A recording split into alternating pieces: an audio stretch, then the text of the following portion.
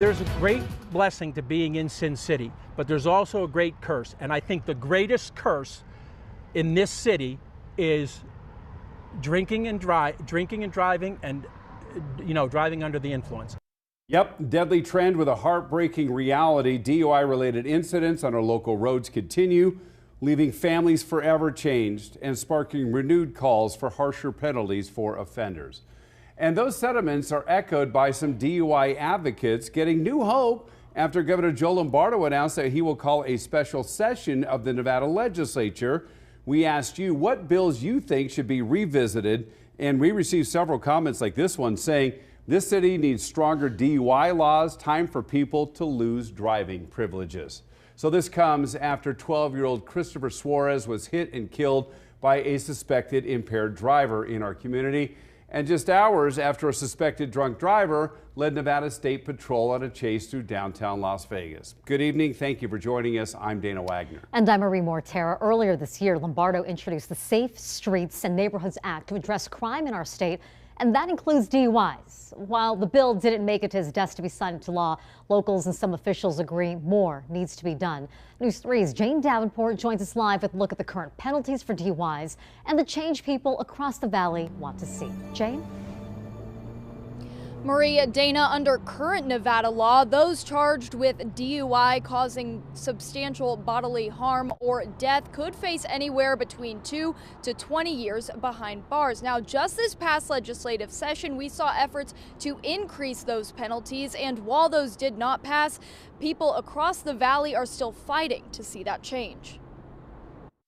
I mean, lots of ways to get drunk and high, and lots of different ways to drive and get yourself around. Mark DiBello has lived in big cities all across the country, but for the past 15 years, he's been here in Las Vegas. I've never seen anything like the negative, deadly mix of DUIs and DWIs, whether you're intoxicated or you're under the influence of some kind of narcotic, and driving.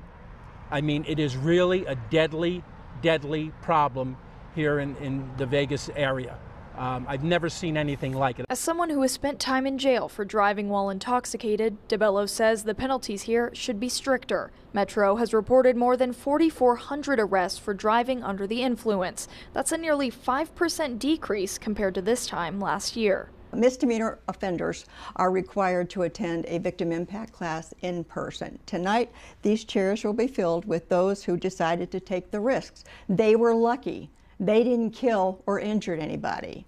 But the point is, they ignored all the simple alternatives to keep them from driving under the influence. Sandy Heverly with Stop DUI says it's not just alcohol that's a problem on our roads. More than half of the people that will be in this class tonight are here because they've ingested marijuana, either marijuana by itself, marijuana with alcohol, marijuana with other drugs. It's a huge, huge problem. Just last week, 12-year-old Christopher Suarez was hit and killed on his way to school. The suspect, Orion Brooks, admitted to using THC before driving. The problem is that people that are abusing the marijuana, they think just because it's legal, they can drive with it, they can do it. It's not. It's the same penalties as if you were driving under the influence of alcohol. Penalties Heverly and many others have been fighting to change.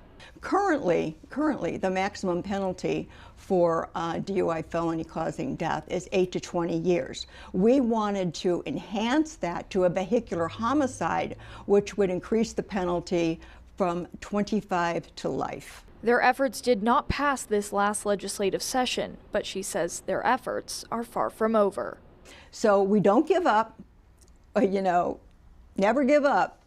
And what we'll do is we will attempt to get that law passed, that vehicular homicide law passed. Because again, we have got to have the penalties to outweigh the risk, and currently they do not. News 3 reached out to Governor Joe Lombardo's office for a comment on DUI penalties. His office sent us this statement that reads, "Donna and I were heartbroken to learn of the death of 12-year-old Christopher Suarez, and our hearts are with his family, friends, and classmates. His tragic death reiterates the desperate need for greater DUI penalties in our state, which my administration will continue to fight for every day." Now, Heverly adds that victims in these crashes did not have to die because driving under the influence is a choice and it's preventable. Reporting live, Jane Davenport, News 3. And once again, we do hope that these messages get to those who need them. Jane, thank you. Talk about these stories all too often, don't we? So Governor Joe Lombardo says the special session of the Nevada legislature will address unfinished business, which could include stiffer penalties for DUI. Special sessions have become more frequent since a 1999 voter-approved measure imposed a strict 100-day limit on legislative sessions. Since 2001, there have been 19 special sessions. Governor has yet to say when this session will start, the special one, or what specific issues it will cover. News 3 is